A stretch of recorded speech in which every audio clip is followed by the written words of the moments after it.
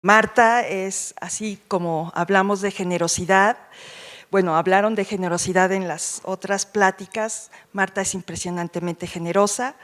Desde joven, desde estudiante, ha impulsado todo lo de género, es médica, pero tiene un doctorado en fisiología, ay, me lo estaba aprendiendo, pero en fisiología y biofísica del CIMBESTAF, es médica cirujana por la UNAM y tiene muchos intercambios y de hecho postdoctorados en otras partes del mundo y bueno, tiene varios premios, tanto en género como en sus trabajos médicos.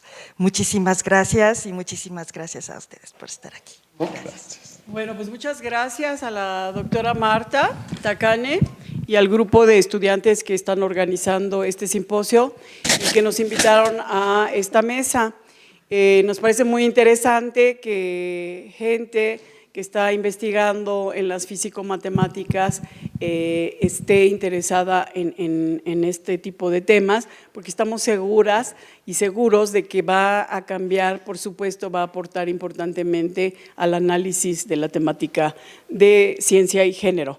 Entonces, el día de hoy tenemos el gusto de que hayan aceptado estar con nosotros el doctor Alonso Fernández Guasti, quien es biólogo de la UAM Iztapalapa, maestro en fisiología del Instituto de Investigaciones Biomédicas de la UNAM, doctorado en fisiología y biofísica y neurociencias del CIMBESTAF IPN y quien realizó estancias en la Universidad de Gothenburg, en Suecia y en el Instituto Holandés de las Investigaciones Cerebrales en Ámsterdam, y donde ya empezó desde esa época a trabajar sobre la temática sexual en cerebros humanos. Y bueno, ha tenido numerosas distinciones, entre estas el Premio de la Academia Mexicana de Ciencias en 1997 y la Cátedra Ramón de la Fuente en el 2013. Y bueno, sus líneas de investigación están diferenciación sexual, conducta sexual en los roedores, psicofármacos y su relación con hormonas esteroidales. Y su producción académica muy en síntesis, nada más nos comparte algunas cosas, pero suficientes para darnos cuenta de su experiencia. Él tiene 154 artículos en revistas indexadas, 23 capítulos de libros y ha graduado a 19 doctores en ciencias y a 18 maestros en ciencias, maestros y maestras en ciencias. Y actualmente, bueno, él es investigador del Departamento de Farmacología, de Farmacobiología del Centro de Investigación y Estudios Avanzados del Instituto Politécnico Nacional en su sede sur. Y bueno, el doctor pues sí es una autoridad, por supuesto, en la materia y le agradecemos muchísimo el que esté el día de hoy aquí con nosotros. Y bueno, la doctora Marta Romero Mendoza, la doctora Romero Mendoza también es una experta en la temática que nos reúne el día de hoy. Y ella es investigadora en Ciencias Médicas F de la Dirección de Investigaciones Epidemiológicas y Psicosociales del Instituto Nacional de Psiquiatría y también es profesora de la Facultad de Medicina de la UNAM. La doctora es psicóloga clínica y antropóloga médica, fue distinguida con la medalla Alfonso Caso por la Facultad de Filosofía y Letras, ha sido invitada a innumerables conferencias y cursos por el Consejo Nacional para las Adicciones, y el Instituto de Atención para las Adicciones de la Ciudad de México, así como también el Instituto Nacional de Psiquiatría. Y fue asesor en algún momento de la Organización Mundial de la Salud sobre la temática de consumo de alcohol y también asesora del Grupo Internacional de Investigaciones sobre Género, Cultura y Alcohol y invitada al programa de cooperación entre América Latina y el Caribe y la Unión Europea en políticas sobre drogas.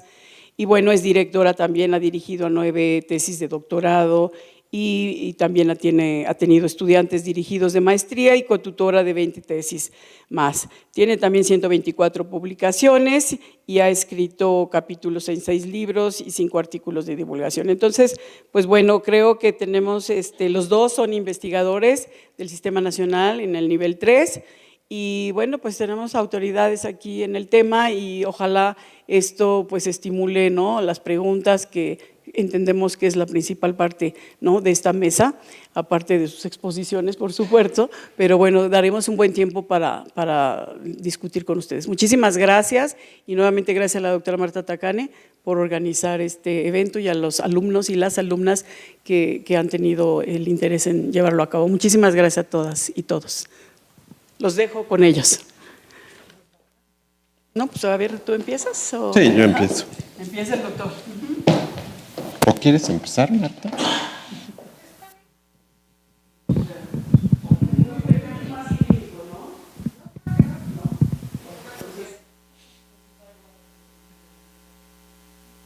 Bueno, buenas tardes.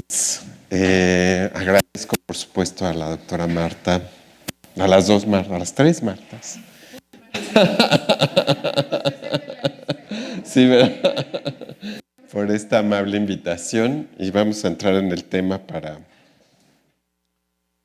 para irnos un poquito más rápido. Tiene 3 partes esta plática que titulé Diferencias sexuales en la depresión y sus tratamientos. Una parte muy general de diferenciación sexual, otra parte de algunos datos clínicos de la depresión, qué es y cómo se define y cómo se cataloga, y algunos experimentos de nuestro laboratorio que no hacemos clínica directamente, sino que trabajamos en modelos animales para entender si las cuestiones que vemos son biológicas o son sociales. Y justo por ahí empiezo. Estas 2 palabras las usamos coloquialmente como sinónimos, sexo y género, y en el lenguaje común podemos seguirlo utilizando, pero no son sinónimos. Sexo son todos los aspectos biológicos que determinan que seamos hombres o mujeres, mientras que género son comportamientos y rasgos determinados socioculturalmente que nos hacen ser masculinos o femeninos, ¿verdad? Es decir, el género es un constructo social, mientras que el sexo es una determinación biológica. Y tiene relevancia por lo que vamos a ver a lo largo de la presentación. Naturalmente, en los mamíferos, como ustedes seguramente saben, la diferenciación sexual está dada fundamentalmente por la carga cromosómica. Las hembras tienen 2 cromosomas X y los varones tenemos un cromosoma X y un cromosoma Y. El cromosoma Y tiene muy poquitas funciones, tan poquitas que es el único cromosoma cuya ausencia es compatible con la vida. A las feministas les gusta mucho oír esto, pero y a algunos varones no les gusta tanto oír esto, pero existen individuos que no tienen cromosoma Y y son viables, ¿verdad? Que se llama un síndrome de Turner, en el que el individuo tiene algunas deficiencias, es fenotípicamente femenino, por supuesto, pero sobrevive. Y cualquier otro cromosoma que nosotros quitemos, incluso el X, el individuo no sobrevive, ¿verdad? ¿Qué será? Ok. Y dentro de lo poquito que hace este cromosoma es inducir la diferenciación de la cresta genital, ¿verdad? Va a inducir que la cresta genital se diferencie como un testículo, que es activo en etapas fetales o en etapas muy tempranas de la vida, produce testosterona y diferencia el sistema nervioso central y el sistema genital. Esos 2 sistemas se diferencian por acción de la testosterona que produce ese testículo. Y lo convierte a un cerebro que normalmente, también esto les encanta a las feministas, es cíclico, es decir, tiene la capacidad de producir hormonas de manera cíclica cada 28 días en las mujeres o en el humano. Lo convierte en un sistema nervioso central tónico, ¿verdad? Que va a producir hormonas de manera constante todo el tiempo. Y también va a diferenciar el tracto genital, que necesita de andrógenos para producir el pene y el escroto y los tractos que se denominan wolfianos. Entonces digamos, la primera parte es una serie de categorías biológicas que hemos acuñado para entender la diferenciación sexual, y después hay sexos psicológicos y sexos sociales. En los sexos psicológicos, pues muy importantemente está la identidad sexual, es decir, con quién nos identificamos ser, si con hombres o con mujeres, la orientación sexual, que no es lo mismo, es decir, con quién queremos completar nuestra conducta sexual, y por último, las conductas no sexuales, ¿verdad? Se cree que los varones manejamos mucho mejor un automóvil que las mujeres, o que tienen, para un ejemplo mucho más cercano a ustedes, los varones mucho más habilidad matemática que las mujeres, y solamente son distribuciones estadísticas, ¿verdad? No quiere decir que no haya mujeres que no puedan manejar bien un automóvil, ni hombres que lo hagan muy mal, sino simplemente en la población. Si analizamos una gran cantidad de sujetos y encontramos que hay una distribución en este sentido. Y ahí empieza a haber mucha discusión en la literatura de si son razones biológicas o son razones sociales, ¿verdad? Y algunos piensan que incluso es una mezcla de ambas, que los hombres pueden manejar mejor un automóvil porque están más entrenados para entender cómo se mueven los objetos en el espacio, porque es algo que se ha venido seleccionando desde hace millones de años, ¿no? Otra parte piensa no son millones de años, sino simplemente pues, aprenden a manejar antes que las mujeres. Si se sube una mujer al coche, inmediatamente se cambian de lugar y entonces es el varón el que maneja. Y toda esta discusión que nos hace pensar en esa parte. Las conductas, en realidad vamos a hablar de esta parte, ¿verdad? De las conductas no sexuales, en donde entran pues, la depresión, la ansiedad y otras alteraciones psiquiátricas de gran incidencia en la población. Naturalmente, los cerebros de hombres y mujeres son prácticamente idénticos. Se piensa que 99% idénticos. Son unas caricaturas en donde se señalan algunas de las diferencias más caricaturescas respecto de la diferencia entre hombres y mujeres. Hay muy pocas diferencias cerebrales, fundamentalmente de manera natural en las áreas que regulan la liberación de hormonas. Además de las diferencias anatómicas en las cuales no me voy a detener, lo que más ha llamado la atención son las diferencias funcionales, ¿verdad? El cerebro de los varones produce y secreta serotonina a una velocidad mucho más grande que el de las mujeres y es simplemente lo que vemos en esta transparencia. Si alguien tiene otro señalador, se lo agradecería porque este creo que no funciona muy bien, o a ratos.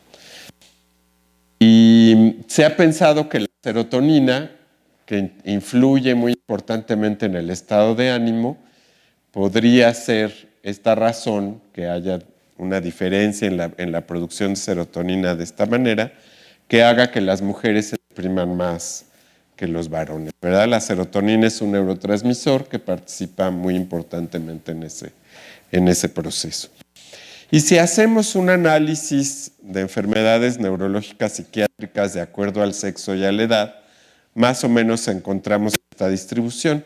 Algunas enfermedades son prácticamente exclusivas de uno de los sexos, como el síndrome de Rett que encabeza la lista, y otras del otro sexo, como el síndrome de Klein-Levin, que está al final de la lista, que son de muy rara incidencia, ¿verdad? Ocurren de manera muy, muy chica en la población, pero otras, como la anorexia nervosa, la jaqueca o el trastorno depresivo mayor, son mucho más frecuentes en las mujeres que en los hombres, y ahí también hay mucha discusión de por qué son más frecuentes esas alteraciones.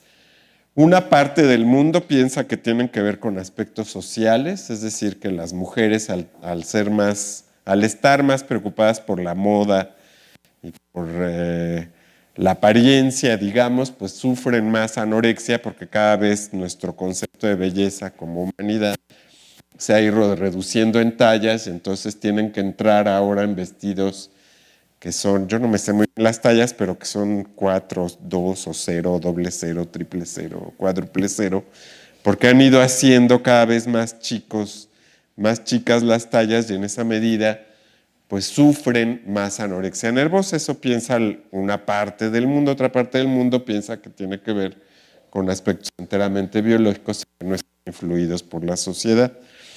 La jaqueca, que posiblemente ustedes ya no conozcan el término porque corresponde más a la generación de sus papás, era una enfermedad tan exclusivamente femenina que los hombres, aunque la padecieran, no la reportaban. Nunca escuchamos a un varón decir tengo jaqueca.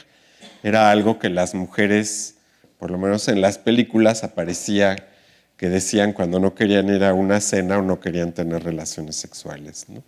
Y está tan acuñado el término al sexo que, como digo, pues no sabemos en realidad si hay varones o no con jaqueca, porque posiblemente haya la misma incidencia, pero simplemente no la reportan, ¿no? Otros trastornos son más exclusivos o más prevalentes en los varones. Seguramente Marta nos hablará del abuso de sustancias psicoactivas, que anda por acá, más o menos con esta proporción, es más prevalente en varones que en mujeres. Se pensaba que tenía que ver con que los varones salían más, estaban más en la calle, socializaban más. Estaba mucho más aceptado que los varones fumaran y bebieran alcohol que en las mujeres, y lo pongo todo en un copretérito porque cada vez está más incluido en la sociedad actual que las mujeres fumen y beben, y eso ha cambiado importantemente este patrón, lo cual ha hecho dudar si realmente es una diferencia sexual o es una diferencia genérica.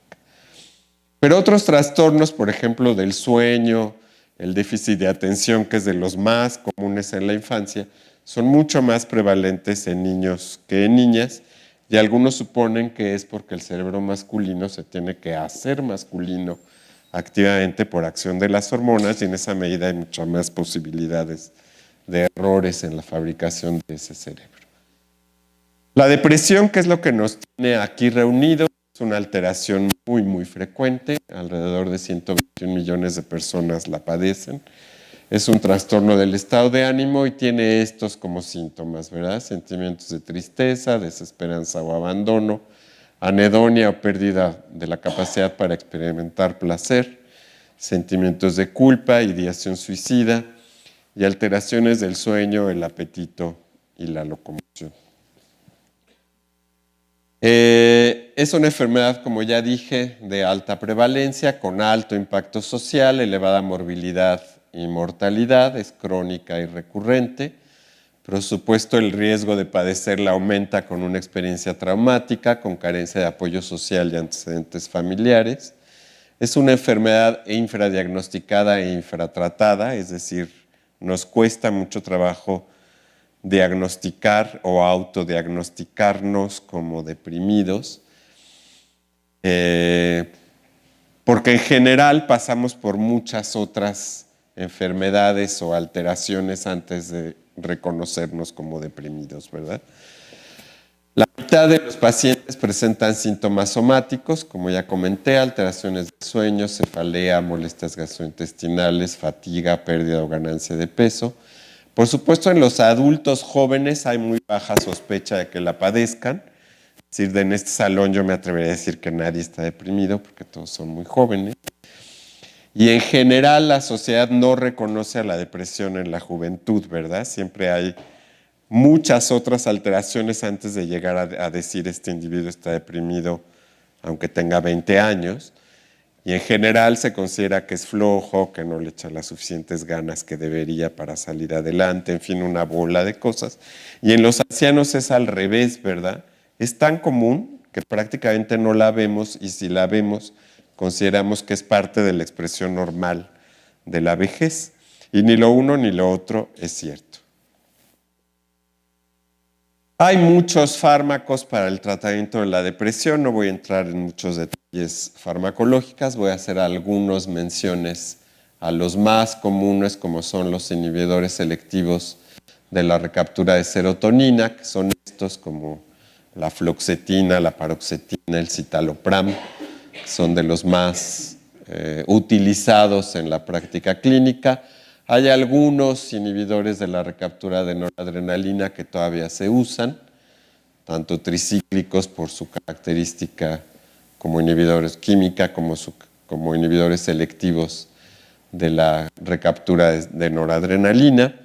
Algunos mixtos, la balanza ha ido en un sentido a hacerlos muy, muy selectivos por una monoamina o hacerlos muy selectivos por la otra, o hacerlos menos selectivos y que le den a las dos monoaminas, y hay unos completamente atípicos como este, e incluso otros que ya no trabajan en ese sistema de neurotransmisión que es el sistema monoaminérgico. Es increíble que estos compuestos tengan un efecto antidepresivo, y de hecho hay ahí una caja negra que todavía no entendemos bien, ni los biólogos, ni los médicos, ni los que se dedican a esto, qué pasa en ese medio. Esta es una sinapsis de una neurona serotoninérgica que sintetiza, como ven, serotonina a partir de un precursor que se llama triptófano, que tomamos en la dieta. Y esta serotonina se vesicula, es decir, se mete a pequeñas vesículas en la terminal sináptica, que eventualmente, cuando llega un potencial de acción, se fusionan con la membrana, se liberan al medio y actúan sobre receptores pre- y postsinápticos, ¿verdad? Es un esquema muy, muy simple y muy clásico, digamos, de una transmisión, pues no solamente monoaminérgica, sino de una neurotransmisión, digamos.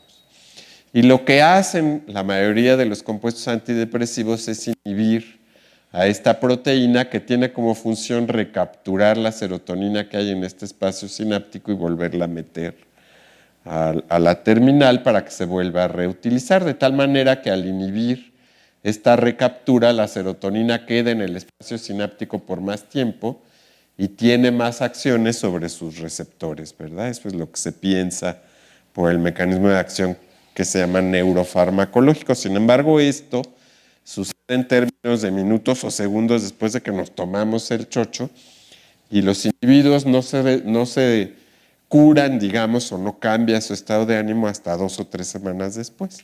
Y no sabemos qué pasa en esas 2 o 3 semanas después. Hay muchas ideas al respecto. Algunos proponen que hay neurogénesis, que hay generación de nuevas dendritas, sino de nuevas neuronas, sí, de árboles dendríticos, de nuevas conexiones, cambios en la densidad de diferentes receptores a serotonina, y no solamente a los receptores, sino a las cadenas de señalización que siguen a estos receptores, tanto presinápticas como postsinápticas, en fin, una bola de ideas que nos permitan explorar esa caja negra que, como les digo, todavía no tenemos muy claro. No voy a entrar tampoco en muchos detalles de cómo es que esos compuestos, o que se llegó a sospechar que la depresión tenía una participación monoaminérgica, pero son hallazgos bastante interesantes en la literatura. Sabemos, como ya mencionaba al principio de esta plática, que las mujeres se deprimen más que los hombres. Este es un estudio hecho en el Instituto Nacional de Psiquiatría. Y vemos que siempre las mujeres están más deprimidas que los varones, sobre todo en ciertas etapas de la vida, ¿verdad?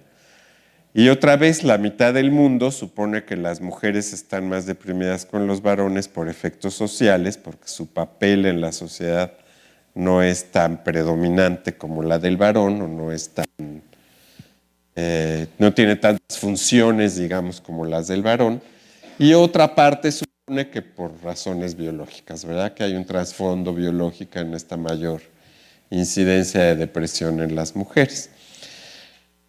Es interesante también ver cómo en estas etapas de la vida las mujeres se deprimen más, posiblemente por la falta de hormonas, ¿verdad? Coinciden con la menopausia y justamente en la transición menopáusica es cuando las mujeres se deprimen más. Y algunos otra vez suponen que es por el nido vacío, que coincide con que los hijos se van de la casa, con que su relación de pareja posiblemente ya no funcione tan bien como hace 20 o 30 años, en fin, una bola de especulaciones sociales o psicológicas, y otros suponen que tiene que ver con los cambios hormonales característicos de la menopausia, ¿verdad? La menopausia tiene características muy particulares en los primates y las mujeres no se escapan a ella, y consiste en la pérdida prácticamente total en la producción de hormonas por parte del ovario. Es decir, el ovario decrementa su síntesis de estrógenos y naturalmente de progesterona, y esto produce un desbalance hormonal que en muchas mujeres es muy dramático, y sobre todo aquellas mujeres que tenían síndrome premenstrual, es decir, que sufrían con la caída de hormonas cerca de la menstruación, tienen altas posibilidades de sufrir trastornos menopáusicos o perimenopáusicos. Y en esas mujeres que tienen más posibilidades de sufrir trastornos alrededor de la menstruación o alrededor de la menopausia, hay mayor posibilidad de que se depriman en este periodo, es decir, todo va más o menos unido y parecerían ser cerebros particularmente sensibles a los niveles de hormonas. Además de las diferencias en números, digamos, las manifestaciones de la depresión en uno y otro sexo no son iguales. Los hombres en la adolescencia se enrolan en actividades de alto riesgo y cometen suicidios prácticamente sin anunciarlos, ¿verdad? Simplemente se suicidan y ya, naturalmente, individuos deprimidos. Y en la adultez hay mayores niveles de desórdenes, como ya mencioné, de abuso de sustancias y de personalidad antisocial que están asociados a la depresión. En las mujeres hay mayor prevalencia de depresión, aún en la adolescencia, mucho mayor incidencia de trastornos alimenticios, como vimos en la tabla, y mucha ideación suicida que rara vez llega a completarse de manera afortunada, pero tienen esta ideación suicida, ¿verdad? Las ideas suicidas pasan por su cabeza mucho más que en los varones. En la adultez hay mucho mayor prevalencia de todos los desórdenes afectivos, algunos relacionados con los periodos que ya mencionaba, como el anteparto y el posparto. Hay mujeres que tienen lo que se llama el blues posparto, que se deprimen después de tener un bebé, o que tienen otra serie de alteraciones, algunas se deprimen y otras tienen un poquito de lo que se llama el trastorno obsesivo compulsivo, que también algunos autores han sugerido que tiene una base biológica, ¿verdad? La mujer debe tener cierta obsesión con el cuidado de la cría, que claro, no debe rebasar y no debe ser patológica, pero podría tener este impacto biológico. Además, las mujeres sufren lo que se llama este círculo vicioso de tensión crónica, poco poder y meditación rumiante, que según los autores las hace deprimirse más. Esta tensión crónica y poco poder y meditación rumiante es en general frente a individuos varones, muchas veces sus compañeros, que las mete, digamos, en este círculo vicioso del cual creen que no hay escapatoria y como única alternativa pues generan depresión. También las mujeres tienen más prevalencia de desórdenes de ansiedad, es decir, tienen más pánico, estrés postraumático, ansiedad generalizada y fobia social. Y una de las hipótesis para explicar la mayor prevalencia de depresión en las mujeres simplemente dice que se deprimen más porque están más ansiosas todo el tiempo. Y esta mayor ansiedad podría ser la causa de esta mayor depresión. Y por último, en la vejez hay más prevalencia de lo que se llama el síndrome de depresión, que consiste en pérdida de interés, pérdida de energía, desesperanza y retardo psicomotor en las mujeres que en los varones. Estudiar la depresión en el laboratorio no es fácil, naturalmente, porque como vieron, pues hay una bola de características propias del ser humano, ¿verdad? Sentimientos de culpa, ideación suicida, es decir, todo esto no tenemos mucha idea. 2:15, ¿no? Me dijeron. Entonces todavía tengo 10 minutitos. Entonces, por supuesto, no podemos modelar todo eso en los animales, porque pues, los animales posiblemente no tienen ideación suicida, digo, eso es algo extremadamente complejo propio del ser humano y mucho menos sentimientos de culpa o estas otras sensaciones, ¿verdad? Podemos modular, por ejemplo, la desesperanza, característica de la depresión en este modelo, que creo que se volvió a congelar. Estuvimos jugando con los compañeros de la cabina. Si echamos a las ratas a nadar y tienen mucha conducta de inmovilidad, que no les gusta naturalmente nadar en estos estanques, es agua normal a una temperatura razonable, digamos, pero en todo caso no es algo que a los animales les gusta hacer particularmente. Creo que ya no quisieron correr los videos, pero bueno, no importa. Lo importante es que los animales les gusta nadar y eventualmente desarrollan lo que se llama una conducta de inmovilidad en el cual se quedan inmóviles en esa condición que les es aversiva. Y si luchan, digamos, si le damos un antidepresivo a estos animales, entonces tienen conductas de nado o de escalamiento, que son estas tratando de buscar una escapatoria a esta contingencia, aunque ya saben que no la hay, pero igual la buscan y tratan de salir, digamos, de este cilindro donde hay agua. Entonces, como digo, si les damos antidepresivos, tienen más conductas activas y menos conducta de inmovilidad, y eso pues, ya lo podemos medir y ya lo podemos graficar de diferentes maneras. Perdón, estoy peleándome, y aquí vemos el efecto de fluoxetina en esta prueba, en hembras y en machos, y vemos que en hembras la fluoxetina funciona un poquito mejor que en machos, ¿verdad? Porque a dosis de 5 miligramos ya tenemos un efecto antidepresivo. Esto es solo las cuentas de inmovilidad en uno y en otro sexo. A 5 ya tenemos un efecto antidepresivo claro en hembras que todavía no tenemos en individuos del sexo masculino, y eventualmente ya una dosis más alta pues tenemos efecto en ambos sexos. Hemos estudiado esto, hemos llevado algunos de estas ideas a la clínica con investigadores del Instituto Nacional de Psiquiatría. Por otro lado, por ejemplo, los compuestos noradrenérgicos parecerían funcionar mejor en los machos, ya que a dosis muy chiquitas ya tienen efecto en los machos, mientras que en las hembras se necesitan dosis un poco más altas. Sería el caso de compuestos que actúan sobre el sistema noradrenérgico. Cambian con la edad, es decir, en los individuos jóvenes, aquí vemos otra vez el efecto de fluoxetina, los dos sexos, en barras blancas los machos, en barras blancas las hembras, en barras oscuras los machos, y vemos pues las diferencias que ya les comentaba, pero lo interesante es que en hembras muy viejas, de 2 años, que son ratas realmente muy viejas, la fluoxetina sigue teniendo efecto, mientras que en los machos ya no tiene efecto tipo antidepresivo, ¿verdad?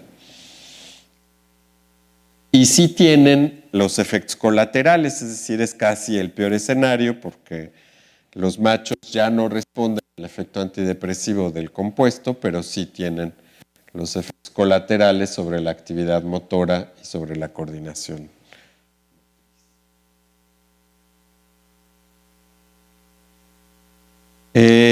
Hay algunas interacciones con estrógenos, pero no me voy a detener mucho en esta explicación. Hemos analizado algunos mecanismos de acción que también podemos hacer en el laboratorio, que desafortunadamente no se pueden hacer en la clínica. Voy a hablarles un poquito de Santiago Ramón y Cajal.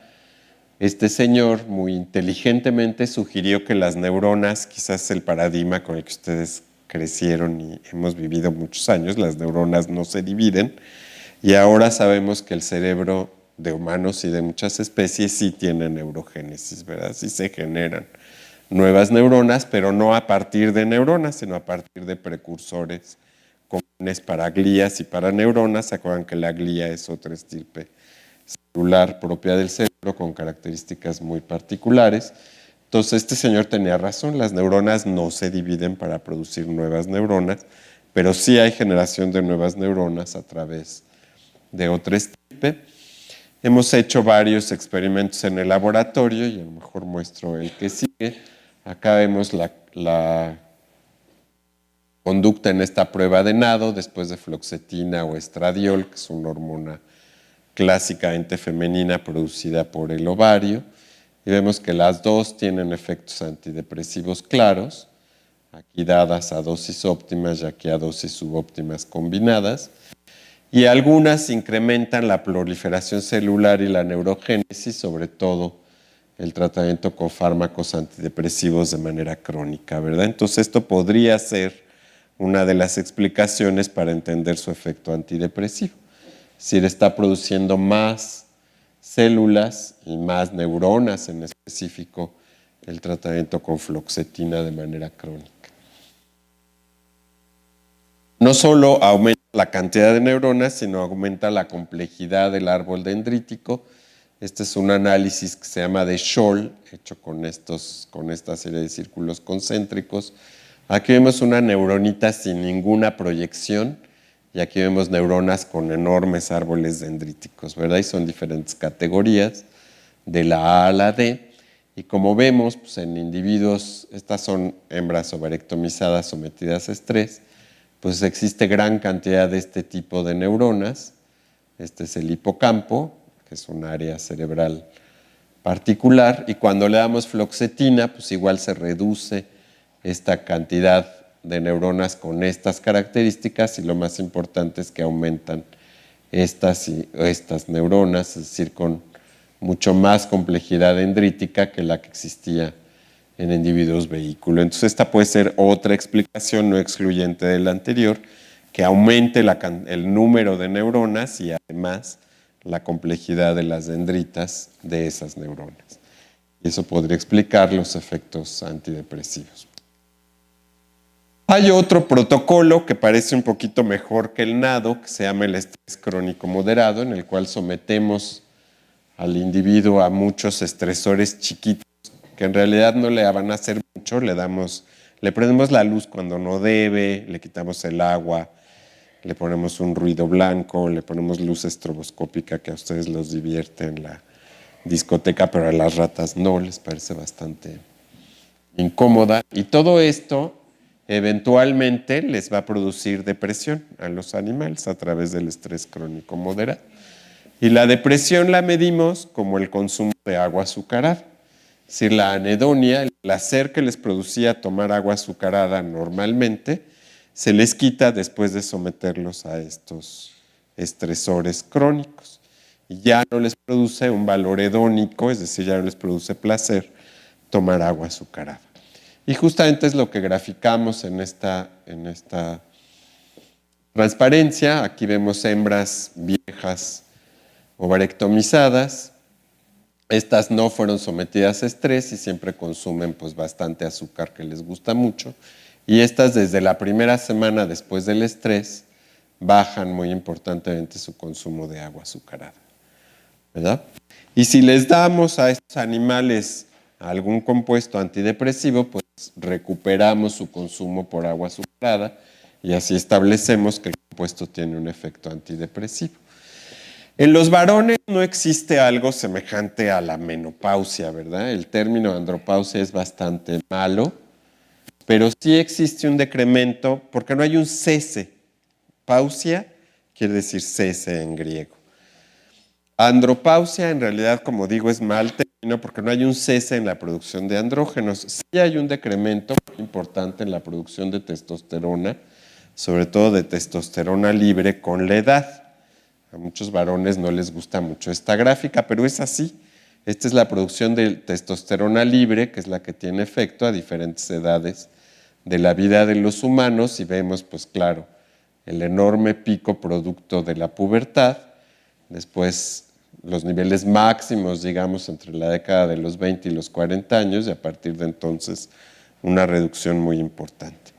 Estos son los mecanismos que median esta reducción, es decir, es un fenómeno central pero no periférico como sería la menopausia. En la menopausia hay también un fenómeno central, pero también un fenómeno ovárico.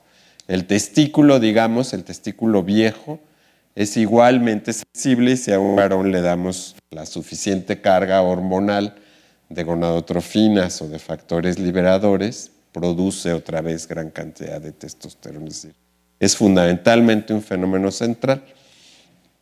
En la rata los medimos, los niveles de testosterona en individuos jóvenes de mediana edad y viejos, y encontramos estos valores.